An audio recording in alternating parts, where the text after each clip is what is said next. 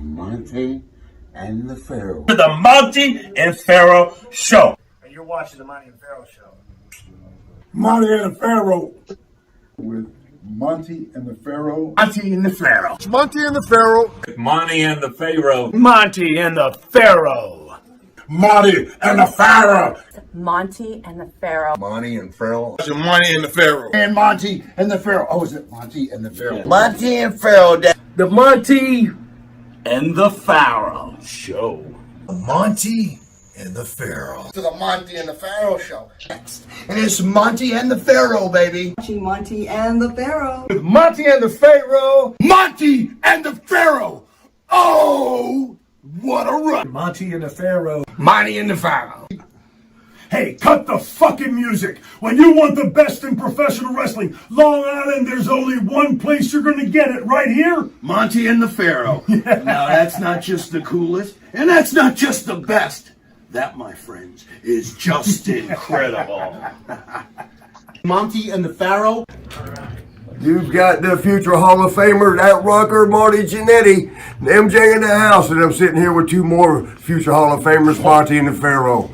We're doing that stuff and we gonna rock it.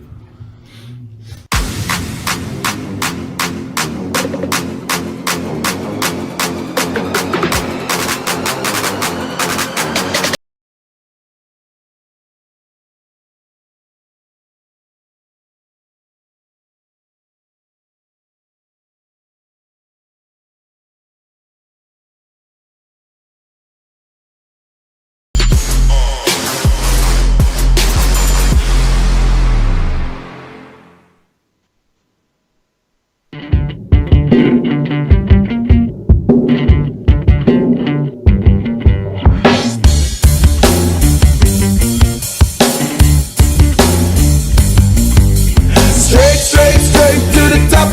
We're living this life, not just dreaming it, we're doing it for real.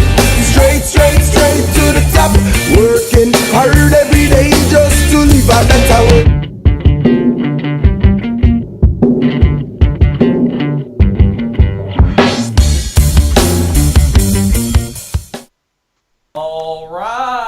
Welcome back to Long Island's #1 pro wrestling broadcast. Monte and the Pharaoh, seen only here live out of Village Connection Media, live out of Rockstar Studios in Huntington, New York. And at the board is the super producer, Mr. Stephen Miller. Stephen, how are you? Hello, Monte and the Pharaoh. And to the right is the star of the show, Mr. Jimmy Pharaoh. Jimmy, how are you? Good evening. What going on? What's going on? Yeah, what's going on? Nothing Nothing. new. What? Wait, what's with the look? Oh, that's right. This is the Hannibal. The what? Oh, by the way, if anyone Hey. have been watching Hannibal lately, remember Hannibal guys with Billy Jack Haynes? Remember that whole spiel that was going on? Remember you were here. Yeah. Yes, I was here. Oh, you- So he hated Hannibal, and they had that whole thing. So I What? guess They were seen at Taco Bell? well, Hannibal's on there, and he's saying to people, "Oh, well, it was a work. Oh, we didn't know that." Oh my God! What? Really? That's a What? shock. Wait a minute! What? Yes, it was a work. I feel so duped. Worked again! But here's the funny thing. Right. I got to tell you. I guess who's the guy? Who's the guy that does those videos? What? He was making all that money doing videos way back in the 90s. Oh yeah, yeah. Go on. But anyway, so I guess they made a video of this, and they got that guy. Who's that? There's this guy that's like, he's like kind of manscaped. Manscaped? I forget his name, but anyway, he was interviewing them, Manscaped. and Hannibal was like kind of complaining that he didn't ask anything about Hannibal's career, and then I guess they had a shtick where they were actually going to fight, and the kid goes running off, and they showed a clip of that, and I'm like, Gripping, huh, Steve? Yeah, thrilling. and we wonder why professional wrestling isn't the way it is. Ay.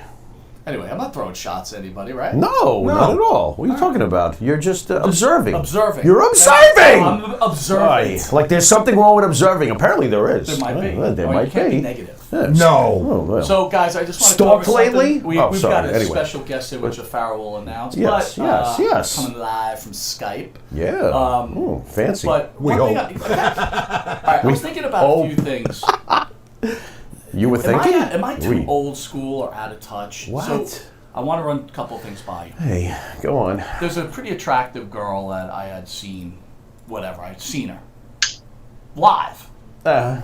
Oh, yeah, she's good looking. Where is this If I going? wasn't married, I'd Okay, I go knock on. boots, Would you right? knock boots? I would knock boots. Where the hell did you pick that one up from? 1987. I've never heard that. 1987. 1987 called. 1987. Are you serious? Mint. That was so Wow, that was material is rad, that man. That material is that fresh. Wow, you're on fire. Go on. What else you got? Anyway, I ran across her Right. on Facebook. Yeah. Hello. And there's some, so I Did she started- block you? No. Oh wow, this is going well Not so yet. far. Pharaoh, hear me out on this. Oh, And yes, your I will. special guest will weigh in when we get him Oh, in. okay, but- fair enough. I'm looking at the photos. Okay. And there's a couple with her arms raised. What's going And on she's here? got hair under her arms. Oh, no. Thank you. Oh! That's exactly. I instantly said, I'm done. Holy lawnmower, Batman! Really? Are we out of touch? Like, No, is it you're wrong not. to No, say that? Dude, don't you remember the story I wrong. told you? Wait a minute. Don't you remember that story I told you this summer when I was doing the security gig for the Grateful Dead thing? Go ahead. There was this girl twirling around, and she had the attention of half the crowd and the entire security staff. And then she threw her arms up in the air during Sugar Magnolia, and it was just like, "Whoa, go dear, get the lawn boy." What? The whole half the crowd went to lawn get boy. half the crowd went to get coffee. It was awful. What a letdown. Well, you know, Anyway. we both love Once Upon a Time in Hollywood. The girl. The What have girl you puts seen? Put her her arms up. arms She's up. got hair, and I'm like, I'm out, dude. I'm on Brad Pitt. You I'm ain't over. sucking Wait on a minute, nothing. was this one of Manson's chicks or Yeah. something? Yeah, How did I know? nasty. Excellent. They were nasty Charlie anyway. rules. So Go here's on. another thing that hit me. So I told you guys last week, right? I never watched King of Queens or 2.5 Men, but on TV Land, I've been watching a lot of the reruns. Yes. Yeah. Two shows awesome. are just awesome. Yeah, they are. So there's one where King of Queens, what's his name on the show? Do you know? Kevin James. No, but his name on the show. Dude, go on. But it's a good try. Male Long story dude. short, James Kevin. long story short, they go on strike, so Kevin James is out of work. Yeah. And all of a sudden he's miserable because he's not bringing home a paycheck for I his wife. think I remember seeing this one. And I'm Go thinking to on. myself, that would be me. Is that old school? Does a That's man funny. still have to bring Oh, home the absolutely. bacon? So does a man feel emasculated by not bringing home a paycheck? I would. Pharaoh? Wow, look at you out of nowhere. We're having a ball and you go into the deep end of the pool. You prick. What's that to do with you or anybody else? I'm thinking about myself. What makes you think of me? No, you're It's calling me a hilarious. prick. No, You're a prick. well, sorry, I have loose tongue. Yeah, of course it makes somebody feel lesser. I don't think it matters what's between your legs if you're out of work. I gotta You be want honest with work. you. I People don't want think- to. People want to be busy. What's it got to do with I gender? identify myself by my work, man. Really? I don't identify myself. I'm not artistic. You I'm know not that- a writer. that By is- the way, let's give a shout out to your book, please. Yes. Oh, good loving. My please. Life as a Rascal by Gene Cornish and me. Which is killing it. It's doing is killing really it. well. We got a lot of cool promotion. Cousin Brucey was promoting it on his Sirius show, and Flash Phelps on 60s on 6 in the morning was promoting it. So Awesome. real nice. Cool, and, man. and they're gentlemen because they didn't charge us. They just wanted to do it. Well, Sweet. I read the book front to back. It's a long book. And I enjoyed it. It's long, but I enjoyed it. Thank you. I enjoyed it very much, and that's no BS. With the SS. How did I know? Oy. But it's good.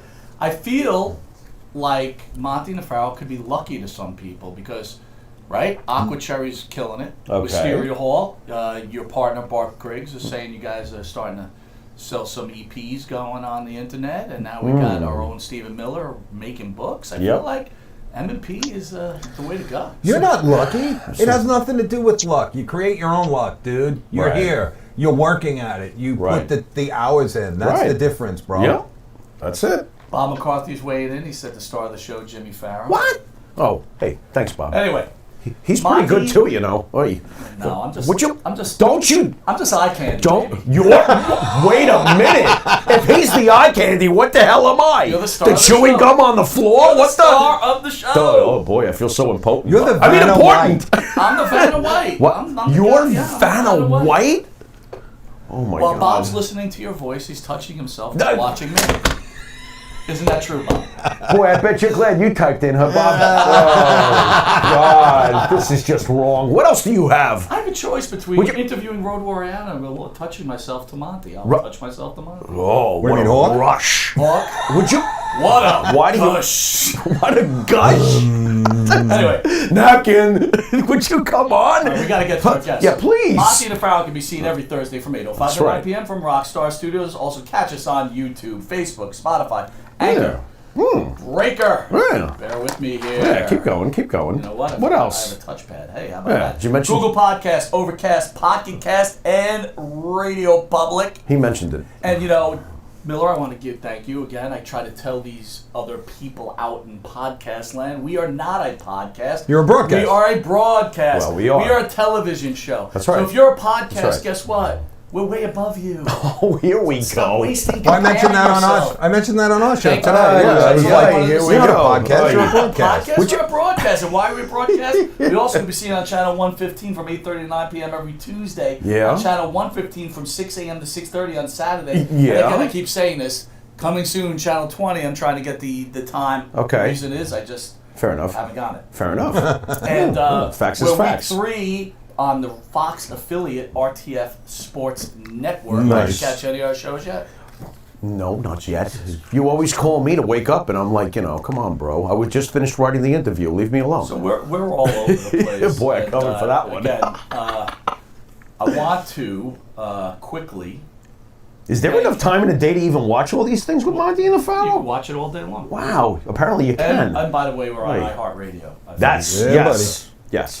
Which just started a couple of weeks ago. What is this about Chad White rules, but Courtney is awesome? All What's right, that? well, hold on. Oh. Okay. I want to thank the fans out there to support us. I really do mean that. Yes. And I want to give a special Yes. shout out to 2 specific fans, right?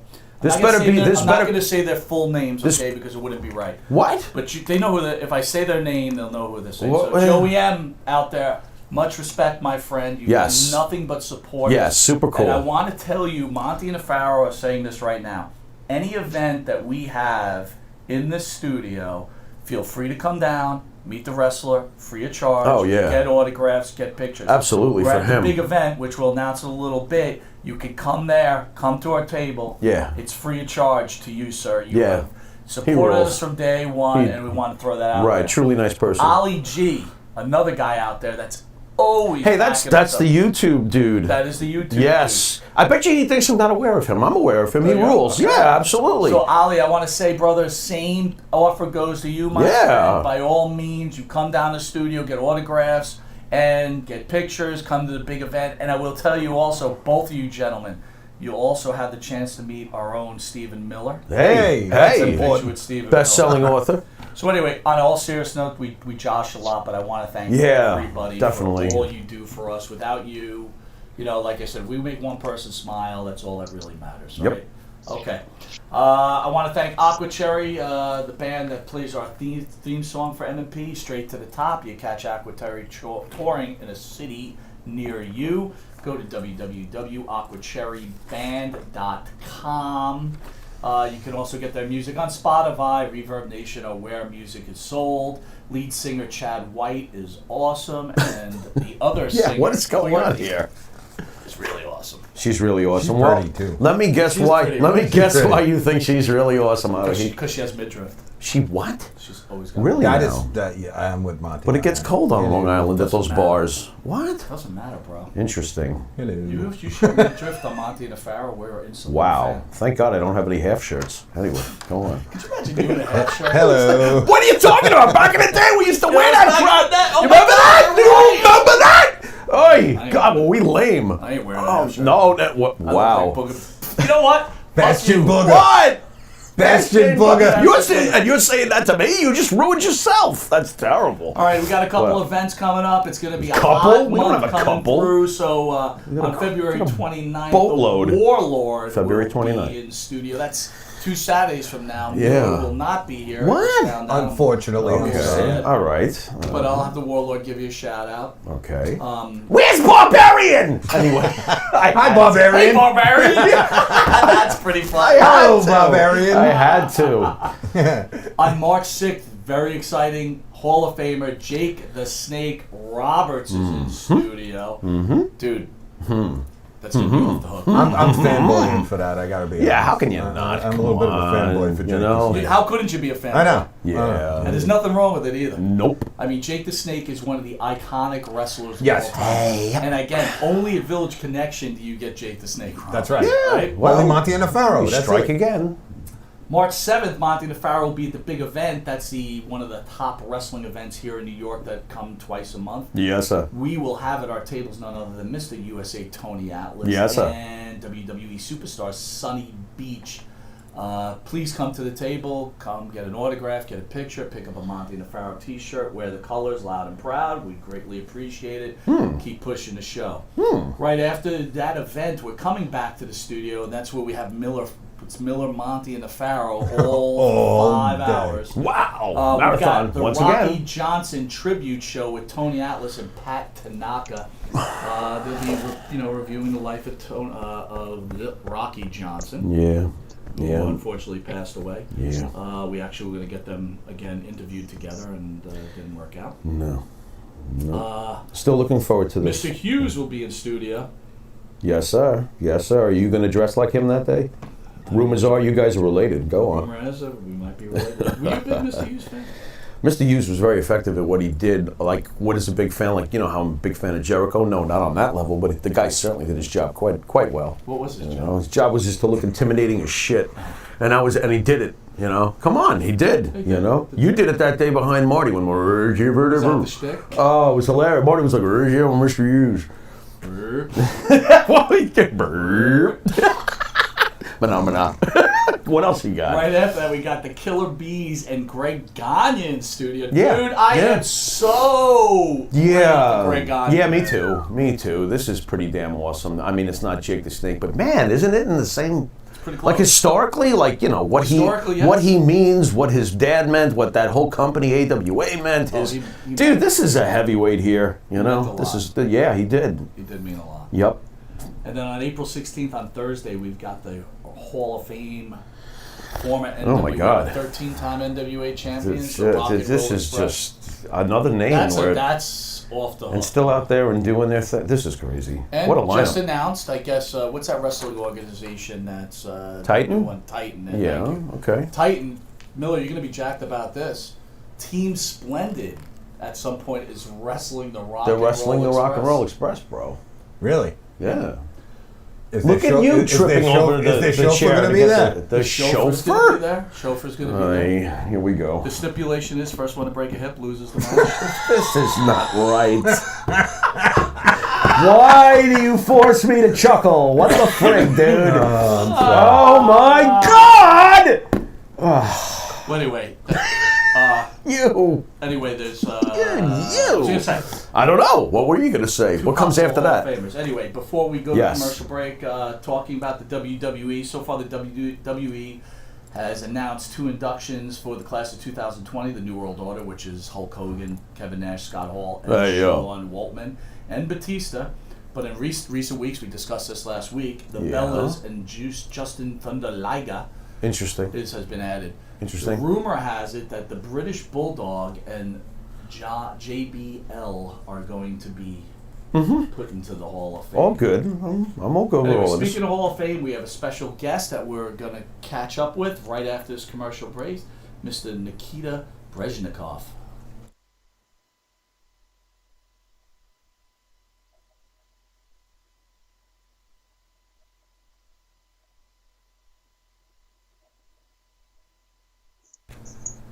All right. Nikita Breznikov is an actor known for Brush with Danger, The Wrestler, Heroes of Wrestling. Nikita, you on the line? I'm here, brother. Man, thanks for joining us, man. It's our honor to have you on Long Island's #1 pro wrestling broadcast. Thank you for taking the time out of your busy day to come aboard. Happy to be on the broadcast. I had to be here. Brother. Thanks, All right, I'm going to turn you over to the Pharaoh, my friend. You get to talk to the star on the show. Oh, would you please? Nikita, thanks for coming on, man. I want to basically start at the beginning. Tell us when you became a fan of pro wrestling way back. 1970 was the first year. I was about 12 years old at the time. Heard the kids in school talking about this thing called wrestling. Had to check it out. And when I did, I saw Professor Tanaka. He was tearing up a jobber on the championship wrestling show. 1 hour. That's all we had back then. That's all we needed was 1 hour of TV. Everything else was done in the arenas. That's what drew us. I was hooked from day one. and then it just grew from there. You've been on record, I was checking out some of your past interviews, you've been on record as saying that your favorite time period in sports was the 70s. Can you explain to the audience what made that time period so special to you? The way I describe the 70s, it was rogue, yet it was more legitimate. Not just wrestling, but baseball was great. When you had the Oakland dynasty in the 70s, I was a Baltimore kid, so hey, I love Long Island. Everything New York was great. The Orioles were a fantastic ball club, so we were going crazy with that. Then Cincinnati took over, New York Yankees. With football, the Baltimore Colts, I mean, man, that was just fantastic. Myself, I really loved the Washington Redskins, the over-the-hill gang. Boxing was big. Muhammad Ali and Joe Frazier, the world stopped, man. I mean, do you hear about boxing anymore, seriously? It's not on that level. We were just talking about that last week. It's like a dead sport. Even though they're trying to push Wilder and Fury. Yeah, Fury, which, by the way, I probably didn't know their names 2.5 weeks ago. Would you please? It's true. Yeah, really? Not being honest. Not Fury? Well, he was just in wrestling. Yeah, and that's how much I paid attention That's to true, too. That was kind of lame. I agree. Do you watch wrestling today, Nikita? Do you still watch wrestling today? Not that much. Okay. I'm going to go to a live show this weekend with a friend, but look, when I came from what I had all those years, and then when I got into the business, it's kind of like, I don't knock it. I respect everybody that gets out there. It's a dangerous situation no matter what's going on, so yeah, I salute you. That's wonderful. But it's just hard when you watch something like Bob Backlund and Greg Valentine, who 1 year anniversary, or not 1 year, I'm sorry, it was yesterday, 1979, the President's Day Storm, February 19th, they went 1 hour. Right. And I mean, that was wrestling. How can you top something like that, Right. By the way, today's the anniversary when Backlund beat superstar Billy Graham in 1978, so there's always a lot of back and forth about, well, if Graham hadn't dropped the belt, he would have been the new Hogan, it would have been this, it would have been that. I don't deal in what-ifs. It was what it was, and I'll tell you what, I loved Backlund. I really did, but Superstar was my favorite time when he had the belt, without a doubt. Yeah, and his foot was on the rope, too. What a load of crap. Yeah, well, that was always it's WWF's way. Somebody had a foot on the rope or something happened. It's funny you bring up Backlund. Where do you rank Backlund in your eyes?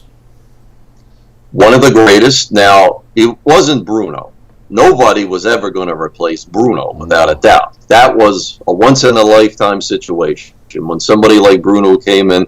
But, Pedro was great. When Bruno lost to Koloff, transitional champion, Koloff had it for a month, and Pedro, that was good. We liked Pedro. But you know what? We were still missing Bruno. And it started to show at the box office. So then, here you go, Stasiak beats Pedro. It was a real quick deal in Philadelphia Arena. Boom, Bruno gets the belt back. He held it for those next 3.5 years and had the broken neck. That was a problem. So then I was like, okay, they gave it to Superstar. And there's a reason how Superstar got it, why it was in Baltimore. I talk about it in the book. I know we'll get to that later. Okay. But in Baltimore, the State Athletic Commission, once a decision is made, it's final, no matter what happens. So it was like, they had that situation in New York with Bruiser Brody. He pinned Bruno with the feet on the ropes. They changed everything around. So it was like, okay, do this in Baltimore. It's legitimate, and it kills, like Dominic DeNucci used to say, you kill one bird with two stones. They were able to show the belt can change hands somewhere other than Madison Square Garden, and nothing can be reversed. I think it was smart to have Bruno chasing the guy that basically, they say, stole the belt from him. I thought that had more heat than even Bruno was champion. It was great. Bruno was champion, but man, the buildings just vibrated, like I was just talking last week. On the 18th of February at the Spectrum, it was the big cage match in 78, Bruno and Superstar, the culmination of a 3-month feud spread out over a long time period. They didn't run back-to-back for whatever reason that year, but it was great. They turned thousands away for that match, literally thousands, with a snowstorm approaching even. But, man, You can't make that happen. You can do a lot of things with wrestling. You can make a man into a woman. You can make a guy come back from the dead. You can do all kinds of things, but you can't make people believe, and we believed back in the 70s, man. What was the allure of Bruno Sammartino? His humbleness. You know, Bruno, he was like a gorilla. He had strength that was unbelievable. And I'm talking, you know, with Nikolai, firsthand knowledge, Johnny Valiant. And they said, man, when Bruno, his strength, especially in his younger days, it was just incredible. But, you know, he never came across as, hey, I'm this, I'm that. He was a humble guy. I was on a couple of shows with Bruno over the years. He was referee, TV commentator. He came to people, everybody in that dressing room, shook hands with everybody. You know, he didn't sit there in a chair and said, well, hey, you know, I'm the king, you come to me. He was a humble guy. Really? And then that always came across to us, and that spoke to us. So it was like, hey, you do something to Bruno, look out, man. We're going to be waiting for you. And see, in those days, when people believe, the heels will tell you, it was hell for them. And I was one of the goofy bastard kids that would throw stuff at them as they drove in and out of the arenas, and maybe even in the arenas, because we cared. It meant something. You hurt Bruno, the Chief, somebody like that, and you got hell to pay, Jack. Right. Nikolai, we're going to run a quick commercial break. We'll be back in a few seconds.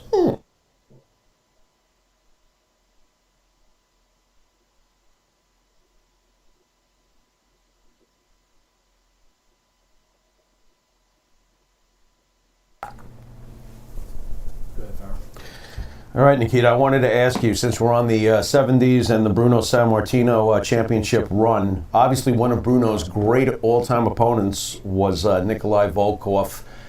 For those at home who are not familiar with your background, you spent 11 years, I do believe, if I'm not mistaken, working with Nikolai Volkov. Can you tell us how that all started for you?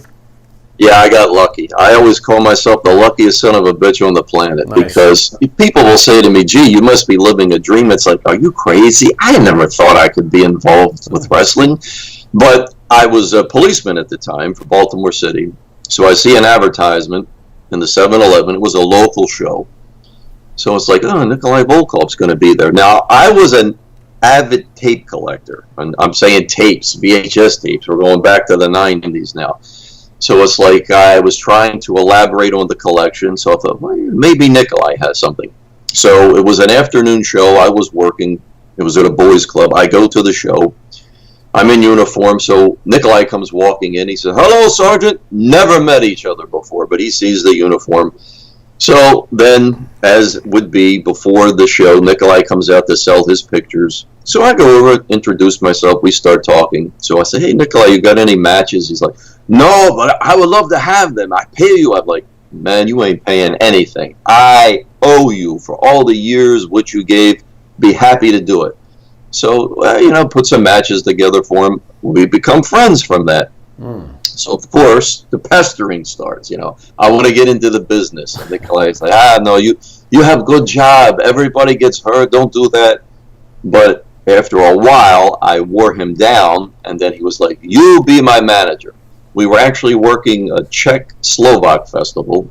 We were the two youngest guys there. It was just for insurance purposes, basically. Everybody was in their 60s, their 70s. So we're walking around that day. We come up with the idea how it was going to be. Now, I love Chief J. Strong, though. So it was like, Nikolai, I want to be Indian. He's like, you goof? How you could be Indian? I'm Russian. I'm like, yeah, okay. So then we come up with this Nikita Breznikov, you know, thing. So it's like, hey, the Indian. What? About right. I would have loved it. I've got everything. I've got the headdress, the moccasins, all of it. But he said, no, put that aside. I loved Chief. I really did. So it worked out. It was beautiful over the years. Being with Nikolai, look, he was another guy, complete opposite of what he portrayed. This is the guy give you the shirt off his back, his pants, everything. Just he was that kind of a wonderful person, because when he retired, he became a housing inspector for Baltimore County. It was the bullshit, high grass and weeds. He'd go out, you know, do that thing, see people cut their grass, because somebody's always complaining, you know. So he said one time he goes out there, it's an old lady in her 80s, and she's tears coming down her face. She said, "Sir, I can't cut the grass. I don't have anybody to help me." He said, "I could not give her no bullshit fine. I go after work. I cut the grass for her." I said, "Good for you, Nikolai. Beautiful. I would expect no less of you." And that's the kind of guy he was. When you got into the biz, right? So you're a detective by day, pro wrestler by night, right? This sounds like a show. It does sound like a show. It Go sounds on. like There you go. a bad 70s. A bad what, like Canon or something? What are you getting at? Oh, sorry, Nikita. Detective Go on. Online. Would you please? Sorry, Nikita. God, this is just that story. I can't. Here's a question I have for you, right? So you grew up a wrestling fan. I don't want to call you a mark, right? Because we're all marks. I'm a mark. We're Go all on. business, right? Are you a mark, Nikita? But when you finally get behind the curtain, are you let down? Wow, good question. No, absolutely not. Okay. And I tell you, before that happened, I had run into somebody that was selling pictures at the Baltimore Civic Center in 1978, and I mean, we knew what was going on. My mother bugged me from day one. What are you watching that phony stuff? It's like, Mom, just let me watch it. I'm not going to tell you Marcus Welby's not a doctor tonight. Just leave me alone. Let me watch it. So we knew. What's with all this pressure? Let me watch the show. Exactly.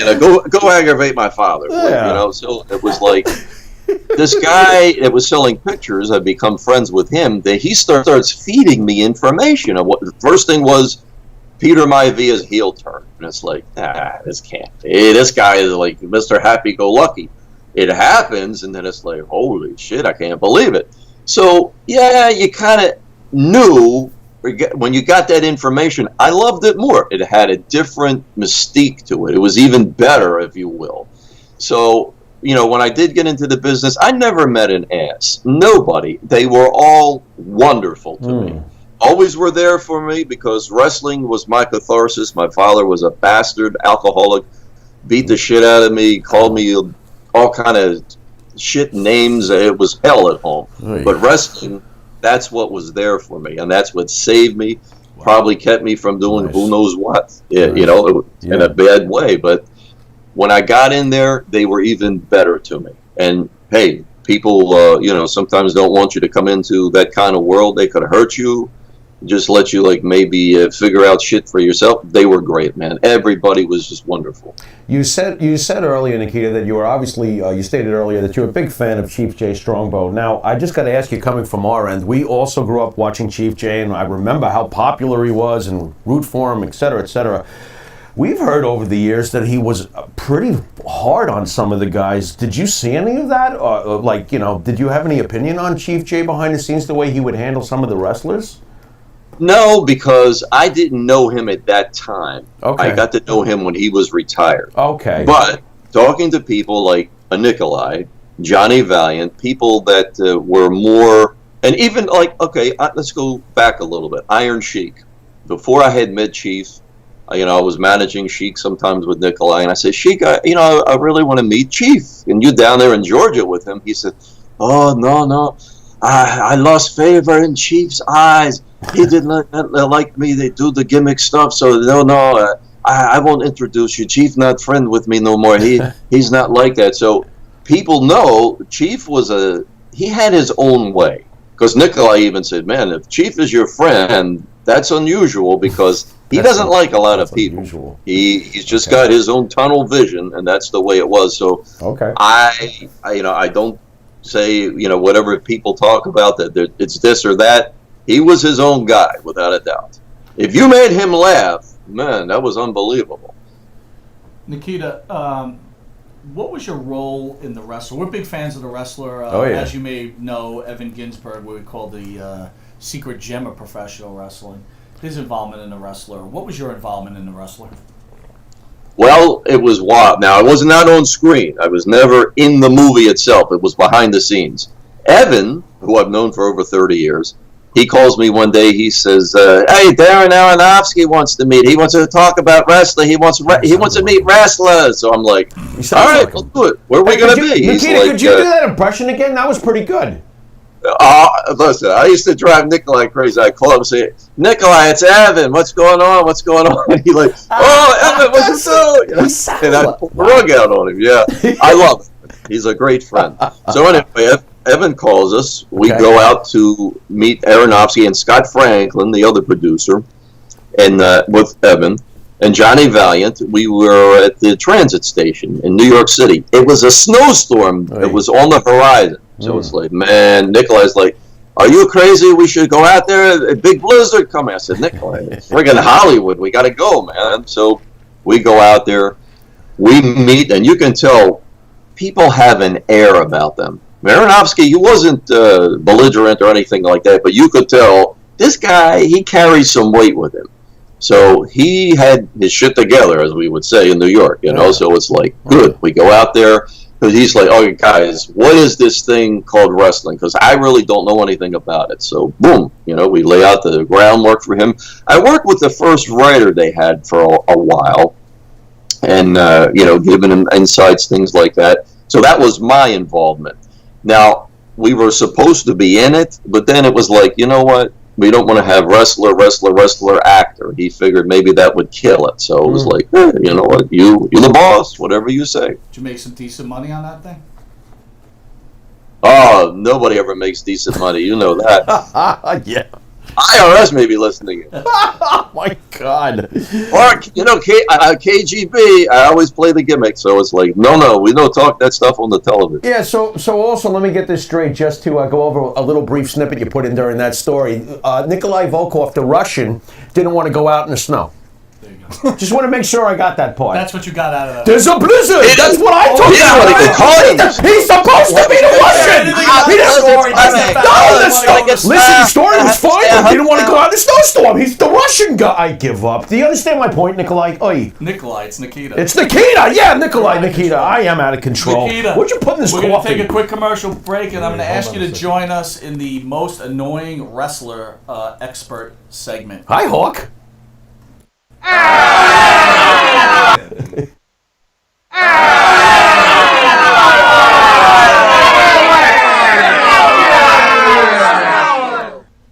Alright, the idea behind the most annoying wrestling expert is everybody's a wrestling expert who loves wrestling. And we like to read comments and then discuss it, and we're asking for yourself, Nikita, Mr. Miller, super producer, and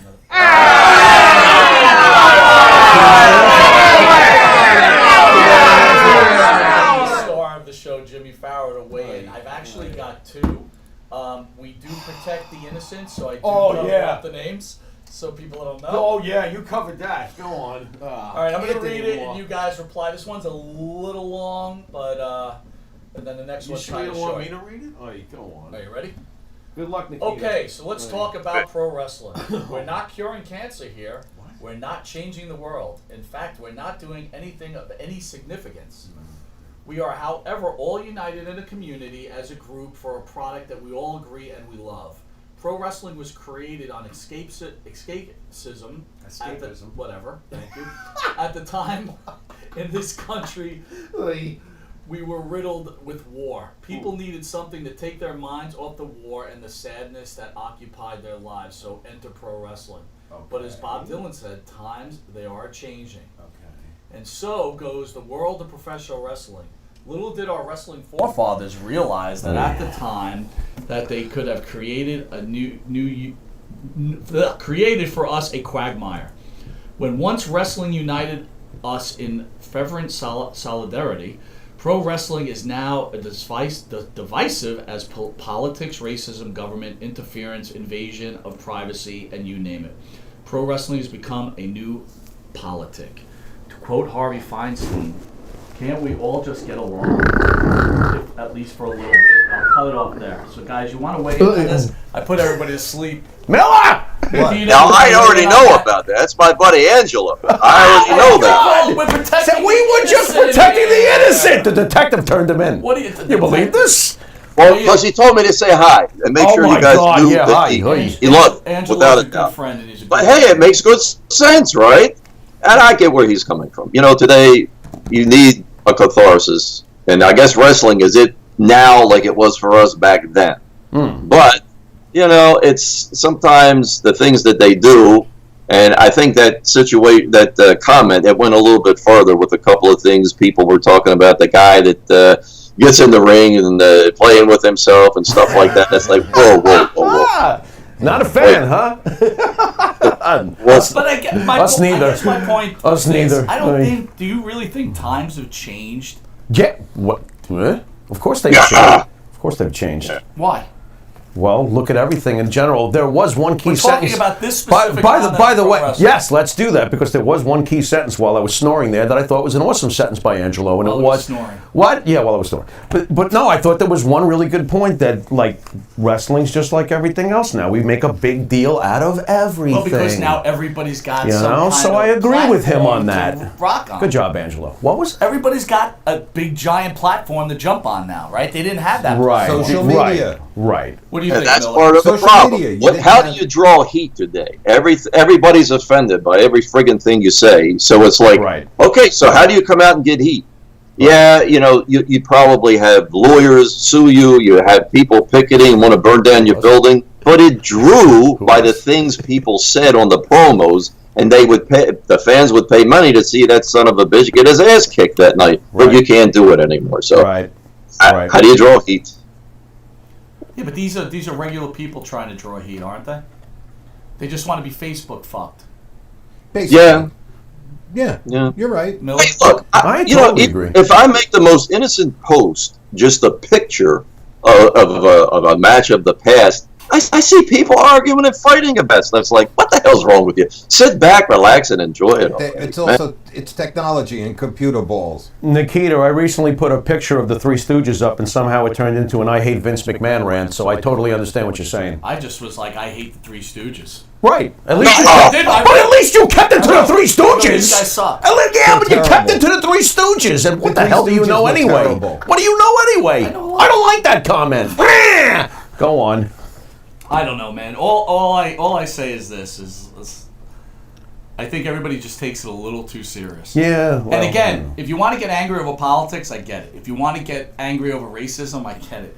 The one thing anyone should not get angry It's over wrestling. is professional wrestling. Enjoy it. Right. That's what it's meant to be. It's entertainment. Right.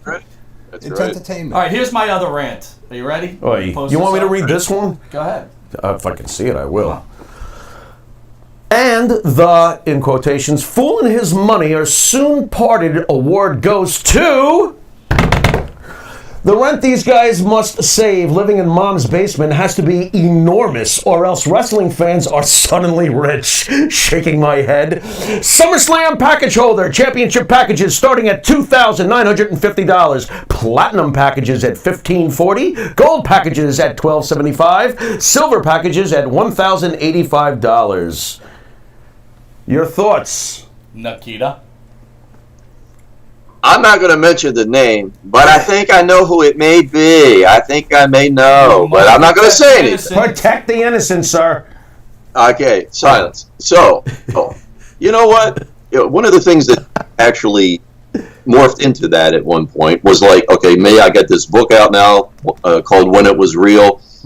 Somebody else mentioned it's like, you know what? People won't help support each other in this business, but yet they go spend all this money on like WWE, you know, for their pay-per-views, but yet they won't go to the local house show, they won't buy the merchandise.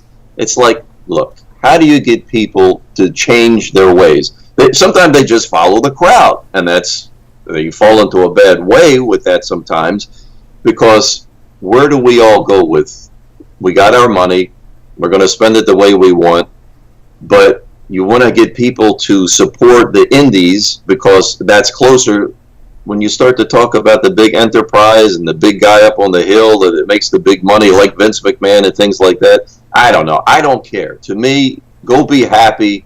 It comes right back to what we were saying. Don't let wrestling get between and cause a division. Go enjoy it. If you want to spend your money on WWE, that's good. Go do that.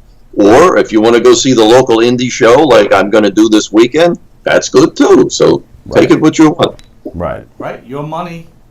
Right. Whatever you want. Yeah, I totally. I think his opinion. Even if it's mom and dad's money, whatever. Go enjoy it. I kind of wish I lived the mom and dad. I never got dad's money to go to wrestling. You never did? Never.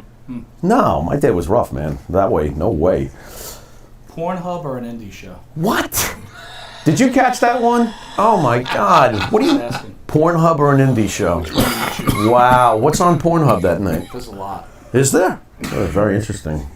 You could look up "angry wrestling fan has sex" and you could watch. On Pornhub. Oh God, sorry about that, Nikita. All right, Nikita, tell us about your book, my friend. Yes. Okay, hey, quick look. Here it is. When it was real, and it's not about me as far as my wrestling career or anything like that. It's me as a fan. What wrestling meant to us. It's not. You're not going to go into it and say, look, 1970. It's not a day-by-day breakdown with results. It's a narrative of each event that occurred through those years from 1970 to 1979 because it did affect us. It meant a lot. Like when Spiros Arion turned on Bruno Sammartino, back to Evan Ginsberg. His father was a cab driver. He said the cabbies all parked their cabs. They went into Madison Square Garden that night to watch what was going to happen. That's what this book talks about. Nice. What it meant to people in that time. You can't make people believe. They either did or they didn't. And they did believe back then. Right. And that's what I put forth. Plus, a real neat thing, Scott Teal, who was the co-editor, he edited it. And what Scott did, he put in a lot of these, if you could see it, the clippings that were in the newspaper. Free advertisement back then. But that's all they needed. Just a little blurb in the newspaper, and that would sell, plus the 1 hour on television. It's actually a piece of history of the 70s. I didn't know that Scott Teal was going to do it. He's a wonderful guy, by the way. Honest guy. He's one of the only people on the planet I would trust with my wallet. And people that know me say, oh, my God, because I'm not tight. But I learned from the old timers, hey, it's not how much you make, it's how much you save. And nobody's giving you any extra. So, boom. But, yeah, it's a real nice book about that time. You can put politics aside. You can put the old lady aside, squawking in your ear or whatever, or your boss at work, and just sit back and read and enjoy. And you know what? For the kids that say, well, who the hell cares about the 70s? You can learn how the guys got over back then without the internet, without cable. Where can you get the book, Nikita? Scott Teal's site.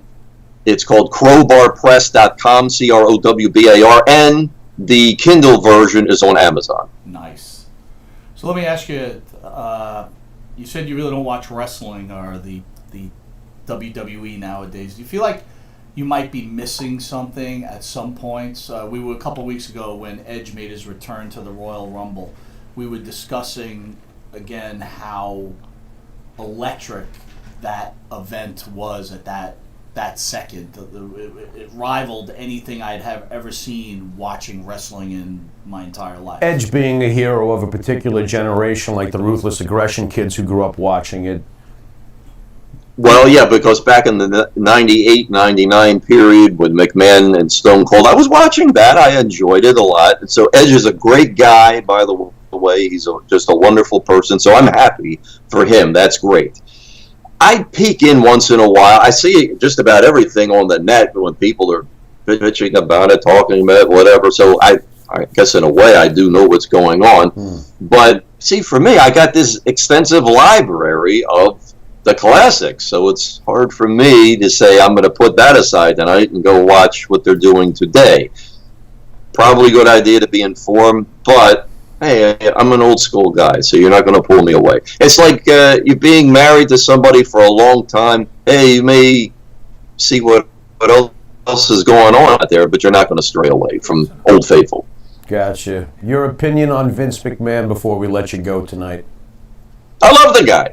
I swear. Look, I've said it. I said it to him personally. Out of all the people, if I'm in a coma, I'll recognize your voice because, hey, when we were watching wrestling, this guy eats, sleeps, and shits wrestling. Thank you. He's the biggest. Thank you. Go on. Oh my God. He knows. He's smart. Hey, look. Do I agree with everything he did? Sounds like me. No, but you know what? It had to change. Our people were getting older. All our heroes and villains. Things were going to change. Yeah. I think Vince is a genius. There you go. There you go. One last question before we cut you out. Your favorite, or what do you think was the greatest match ever in the history of wrestling? Whoa. Really now? Now, for me, it was a tag team match at Madison Square Garden, October 24th, 1977. Chief J. Strongbow, Chief Peter Maivia against Professor Tanaka and Mr. Fuji. I loved it. It's just 2 out of 3 fall classic. Ooh, 2 out of 3. Building was red hot that night, or what? Yes, without a doubt. There you go. Nikita, for the fans, one more time, where can they get your book? And the name of your book, please. The name of the book is When It Was Real. There's a picture with Bob Backlund against Greg Valentine, February 19, 1979 in the Garden. Nice. Crowbarpress.com, and it's on Amazon with the Kindle version. And you can find me on Facebook. That's probably the best place to catch me. Nikita, it's been our honor to have you on the show, and we thank you for taking your time with us today. Thank you, guys. Great show, and I do listen in. Thank you so much for having me. Thank you. Thanks, Nikita. Das Vidania. Hi. The great Nikita. Yeah, that was cool, man. That was pretty cool, right? Yeah, that was. It was yeah. Why does he remind me of the distinguished Gary Michael Capetta approach? Was that just me? Kind of liked it. You know what I think? He's very... When I listen to him, I see a guy our age. Okay. Maybe a little older, maybe a little younger. All right, fine. But he's got himself departmentalized, right? Yeah. He's not over thought out everything. Right. Pretty much. Sounded grounded to me. Sounded grounded to me. It's not out of control. You think he understands why people like certain things, don't like certain things anyway. How about that opinion on Vince? Wow. And I'll tell you what, I'm going to buy his book now. There you go. Well, that takes care of that. I like to read. There you go. All right, you do. we're going to go to a quick commercial break.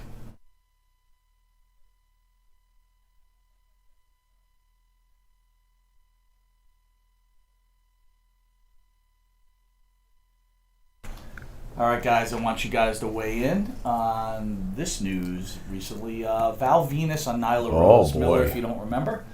Nyla Rose is a transgender wrestler who recently won the AEW Women's title. Yes. Val Venis, who we had in studio. Yes. Which was pretty cool. We produced I that wasn't show? here for that one. Okay. No. Jim Pretty was cool here. guy. Yeah. Was he a good guy? Yeah. So the big That's cool. Valvoski tweeted out a little booking suggestion for All Elite Wrestling. The former WWE superstar stated that Rose should be booked as a heel, which she is. He went on to say that the company shouldn't use their platform to push stupid, insane narrative of social justice warriors. There's a little more, and then I want you guys to weigh in. Cody Rhodes, who is we'll call him the chief operating officer. Is that fair to say? Right. Cody Rhodes responded to the comments. It's just disappointing. If you're somebody that grew up liking Val Venis, he's kind of like the Disco Inferno of the WWE. As I don't think anyone really knows who Val Venis is anymore, but it's disappointing. So, nice little shot from our friend Cody. Mm-hmm. I don't think he actually means terrible things he put in writing. I think he's just trying to get a booking. We're not booking Val Venis. I'm going to move on. Val's response is pretty simple. I work at a dispensary now and serve humankind with the very best medicine God put on this planet. But make no mistake about it, Cody's delusion has earned and deserved fact-based response. I do not want to work for AEW. Stay tuned, humanoids. Thoughts, gentlemen? Interesting. Well, one of the key statements that caused all of this that you didn't say that I find very, very to the point was Val Venis basically saying that Nyla Rose is portraying a biological man winning the women's championship. Okay. Basically, he's trying to say once upon a time somebody was born as a man and has changed, and now all of a sudden they are the women's champion. Obviously, on a nature-based basis, Val Venis has the right to believe that this is a load of scientific shit. I have no issue with that. Even a scientist will tell you this is a load of scientific shit. As far as Cody Rose, let me break it to Cody Rose. I want to stop you there. Yeah, go on. Play devil's advocate, Mill. Go ahead, play devil's advocate. I will. Aren't people born a male, Yeah. but they're really inside a female? Oh, would you stop with your chromosomes? Look, the bottom line is that you pee standing up. Okay?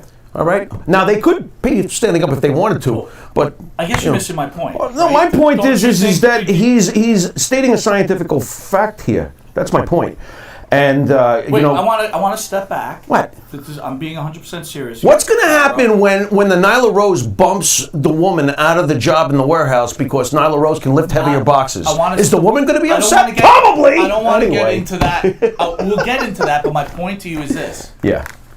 Do you feel Yeah. that being homosexual or feeling to be transgender is a natural thing, or do you think it's a learned behavior, Pharaoh? If you're asking me if I believe in that genetic nonsense, I believe we all make choices. That's what I think. So you think this is choice-driven? I think, of course, it's a choice. Wait a minute. What does that mean? All of a sudden, when you decide to change a part on you, it's not a reflex. It's a decision. Miller? Am I missing something? Well, homosexuals. A person who's homosexual. It's a choice. That's not a choice. Being a homosexual. It's not? You're born with a sexual preference. Okay. Now, transgender. Either way, I don't care. By the way, transgenderism would seem to me to be a choice. You choose. Wait a minute. To switch gender.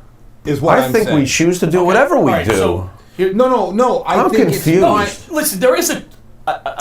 This is a very good conversation. Oh, yeah. This is confusing. I want to. Yes. You're correct, theoretically. Okay. You're making a choice. I think so. But do you think it's nature over nurture, meaning that... How about it's a combination of both? You have, obviously, physical impulses that come naturally from your genetic DNA inheritance, and then you act upon it. But that's your choice to act upon it. Look, like you know, hey, I'd like to be 25 and run out and get a bunch of blow right now, but I ain't going to do it. No, but... No. Go ahead, Can I jump in? Yes, please. Heterosexuality, homosexuality is a primal urge. Yeah. That's not a choice. You can't, if a guy the best looking guy in the world walks by me right now, it doesn't matter to me. Right. If the best looking girl walks by, I go, oh, that's a primal urge. Okay. Transgenderism, I believe to an extent, is a choice. But do you feel that a person could feel so much like a man or feel so much like a woman, they have to get out of the body that they're in? Look, they I feel understand. Out of place. I understand I do believe all of that. I believe that. If that's what they need to do, fine. Whatever, man. The bottom line is that he said that she was portraying a biological man winning the women's championship. And I'm like, what are you going to do? Hang the man for his opinion? Because that's exactly what Cody Rhodes and the rest of them are going to do. Oh, you're so disappointing. I think nobody remembers who Val Venis is. You know what? I was talking to you earlier about it since you wanted to make a wrestling shot at Val Venis and try to fuck his career up over his own personal right to have an opinion. Stardust was shit on a shingle compared to Val Venis. How about them apples? Sure. How about them fucking apples? Fair enough. Okay? Since you want to take money out of Val Venis's fucking wallet because he's got the fucking right to have an opinion, here's the problem. We all have the right to have an opinion, but when you start crucifying and you're going to take away someone's job, or you're going to run them out of town, or you're going to throw shit at their car, you ain't a liberal, you ain't a socialist, you're an asshole. Next. Miller? I'm with Pharaoh. What the frig? No, I agree. You know, and they do have a right to their opinion. I'm not going to act that way towards them, but I know it's coming my way. I think Fuck that. I think you should have a right to your opinion. Yeah. Without being crucified. Yeah. I think Cody Rhodes has a right to his opinion. That's right, without being crucified for it. But to degrade Val Venis's career is wrong. What the frig? I agree. As the owner of a business, which, by the way, isn't employing Val Venis. Correct. That's awfully presumptive and douchey to say, I never hire you. Well, I didn't ask you to. Right. So you could just say, I disagree with Val Venis's what Val views. Venis is saying. I find it to be prehistoric, if Right. that's the right word. Whatever, but... Right. And out of line. But don't say that the guy's trying to get a job. I'll never... Because there's other ways to get a job, like to apply for it. Or like to go to him and say, I want a job. And by the way, with all due respect, like you mentioned, Stardust, to minimize Val Venis's career in the WWE is unrealistic and unfair. Please. Especially for a guy who walked in on Daddy's coattails. Stop. Thank you. Very good. And I'm just saying another word. I go down the street and I go, my hey, God. you know who Val Venis is? I would say 5 out of 10 people would know. Because not everybody's a wrestler fan. If I go to, do you know who Cody Rhodes is? I guarantee you're lucky if you get one person that knows who that is. Right. I mean, let's be realistic. Hey, you know what? We got a right to, because we actually hung with Val Venis. He's a good guy, man. He's not looking to take anybody's. Was he a good dude? I thought he was cool, man. I thought he was fine, man. He was totally and he cool. hated Romano, so that was good. That was hilarious. Oh my God! He hated and pain in Romano. his. Never mind. I said to him, God. Romano's my friend, don't do that. But he's like, I hate that. You know, he's going to go live tonight. You know, there's Monte and the Pharaoh guys. No, I try to protect What's up, Romano. Val? Val just hated You it. try to put. Yes. Oh, God, I you did hearing all this? I could to stop Val. All from you this. could. I remember. Yeah, you threw remember? yourself in front of the truck and I everything. did. It Don't was do that crazy. to Dan. He's like, I got him. I got him. I Yeah, just he don't was like it. driven, man. It was like a Nyla Rose thing. It was on Val was just on fire. That All right, so night. real quick, AEW beat out NXT this week in viewership, right? 893,000 viewers, topping NXT at 794. Okay. Can I what's ask on you a it? question? Go ahead. Why do people get so revved up about that? I have no idea. Because I think it goes back It's to very what you were minimal saying. in this It's gotta case. be a It's like war, whatever. right? There's got to This be. is yeah. not a Right. war. Right. I will tell you this. This is I'm not WCW, WWE. I'm not an It's NXT not. guy, What? But I watched the show yesterday. Yeah. Yeah. It was very good. Was Cool. No, I mean, I'm sorry. Did I say NXT guy? I'm sorry. I'm not an AEW guy. Right. I watched the show. Right. It was very good. Cool. Good. Yes. Okay. NXT week after week, though, if you're pure wrestling, see, that's what I'm saying. For all these wrestling experts that love pure wrestling, Right. NXT's your answer. Absolutely. Because these guys put on nothing but clinics every And they- week. and they keep I'm the- not that guy, dude. I need Mike. I need bullshit. I don't want to Right. watch some other dudes. And right? you Why won't can't we find watch any, both? and you won't find any Dark Orders or Orange Cassidys and NXT. They're not playing that game. That's wrestling. I agree. You know, so I really don't get where the problem is. Plus, it's a WWE product, NXT. So wake up, whatever. Man, I got to tell you, I really did enjoy the last conversation, though. It was very Oh, yeah, that was extremely uncomfortable for me. We've What the got frick? about 2 minutes. I want to read something that I read. I want you guys to weigh in this. Kevin Nash and Scott Hall's defection to the WCW from WWE in 1996 shook the wrestling world. On his appearance on After the Bell podcast with Corey Graves, Graves asked Nash what would have happened if Nash stayed in the WWE and not left to WCW. Nash says that if he would not have dropped the WWE Championship to Bret Hart, which he did in the Survivor Series, so he said he still would have kept it. And then Nash has previously talked about how the WWE title run could have lasted 3 years rather than 350 days. Nash reiterated that point, saying that losing the Hart would have led to him defeating The Undertaker and ending the streak much earlier. Thoughts? Kind of glad it happened the way it did because I don't think I could have endured a 3-year run with Diesel as champion. First of all, I call bullshit. Could be. I don't know. Kevin Nash, look, with all due respect, is known to have the worst championship run when I mean from making money for the company. Yeah. It was a bad year in general for They wrestling. never had lower revenues. 95 was a bad year for wrestling. With Nash as champion. Yeah, it was bad. It was bad. Okay? It was a And bad then year. on the other hand, to sit there and tell me that you would have beaten The Undertaker, Right. I think at that point The Undertaker the streak was already in motion and everybody was thinking about it at that point. I don't remember thinking about it yet. The streak became more and more apparent getting towards the 20s, and as far as the count in WrestleManias, that, you know, from what I remember.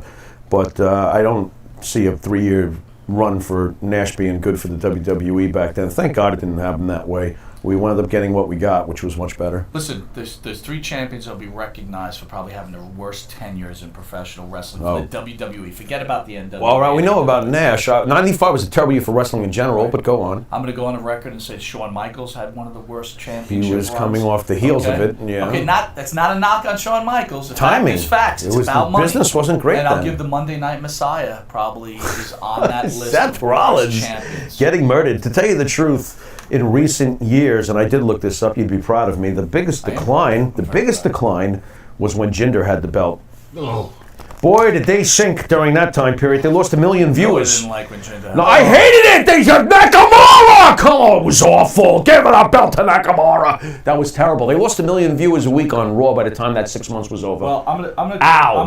gonna say this. Jinder. Ugh. The Monday Night Messiah Yeah. has had the lowest Raw rating as champion in the history of Monday Night Right. Raw. Well, yeah. Now, if you want to blame it on him, I blame it on him. But you may not, right? The Right. ratings are different. You Right. could argue the point, but the facts are the facts. Huh. The lowest Raw ever Wow. was Monday Night. Well, he wasn't the Monday Night Messiah. Right. All right. That was a little... And this is not a right. knock on Rollins. He's a great wrestler. Right. But guess what, guys? Some people just don't have what, Miller? There you go. Not on that level, no. That's it. Yep. Kevin Nash seems like a dick. No, I'm being honest. Every time I've seen him interviewed, every time I've seen him on He's, YouTube interviews, whatever, he he's- seems like an arrogant dick. He's quite who's just out confident, for if that's him. what He you're didn't- sensing. think He's being quite confident.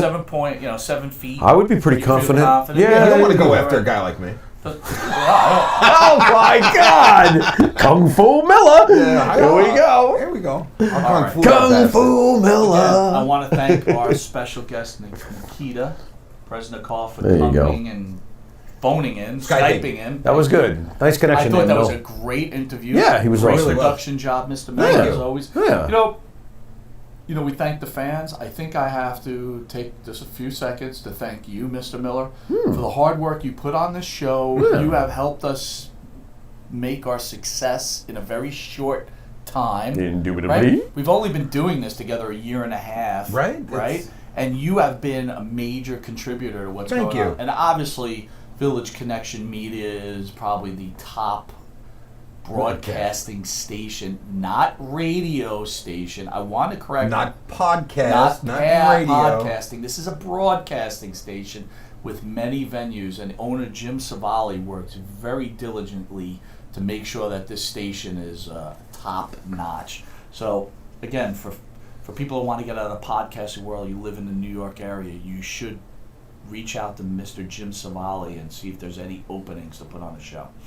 Anyway, again, Mr. Miller. Thank you very much, It's our boys. honor. My pleasure. Yes, sir. Monte the Pharaoh can seen every Thursday from 8:05 to 9 p.m. out of Rockstar Studios in Huntington. Also catch us on YouTube, Facebook, Spotify, Anchor, Breaker, Google Podcast, Overcast, Pocket Cast, Radio Public, and iHeartRadio. Catch us on cable in a reduced version, which the Pharaoh is totally responsible. Him and his Oy. partner from Wisteria Hall, another great band, which you can get their music on all, Reverb Nation, Apple Music, and anywhere where music is sold. I got to tell you, Indivisible, the album is on my iPod. It's not because he's my partner. I Yeah, download it because I like love the music. It's Thank you. awesome. Thank and you. every time we've played it, we've had wrestlers say, I Yeah. love it and downloaded it. We have. They also cut the video for cable, right? Yes. There's work behind all this. Oy, So yeah. both Bart Griggs and Mr. Jimmy Pharaoh work very diligently on Sundays to get your cable viewing ready. You can catch us on channel 115 at 8:30 to 9 p.m. on every Tuesday, and then you can catch us on channel 115 from 6 a.m. to 6:30 on Saturdays. And soon they'll be cutting more video for channel 20, which I keep promising, but it will be coming soon. Also catch us on Drive Time out of the new Fox affiliate RTF Sports Network from 5 to 6, Drive Time. And I think that's about it, Pharaoh. Excellent. Yeah, there is. Before we get out of here, just one last thing. To the audience at home, no one, after all these accolades have been given, no one on this show works harder behind the scenes to get stuff done than this guy right here. I appreciate it. My partner. You've been watching Monte and the Pharaoh. Until next week, later.